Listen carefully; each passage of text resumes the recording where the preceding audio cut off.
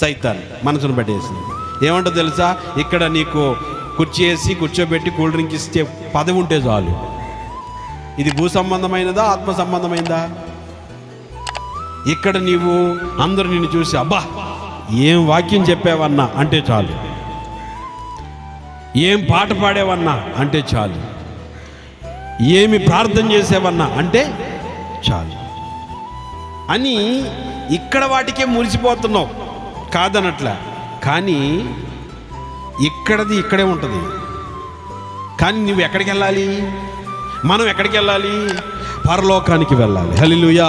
అందుకే బైబిల్లో మీరు గమనిస్తే భూమి మీద ధనవంతుడైన వాడు పరలోకంలో పేదవాడంట.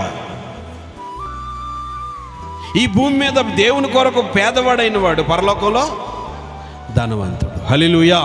ఇప్పుడు మనం బాగా ఆలోచన చేసామనుకోండి, ఎంతసేపు భూ సంబంధమైన ఆశీర్వాదాల కొరకే ప్రాకులాడుతున్నారు తప్ప నేను దేవుని కొరకు ఏం చెయ్యాలి, నేను దేవుని కొరకు ఎలా కష్టపడాలి, నేను దేవుని రాజ్యం కొరకు ఎలా సిద్ధపడాలి అనేది ఎవరూ ఆలోచన చేయట్లేదు.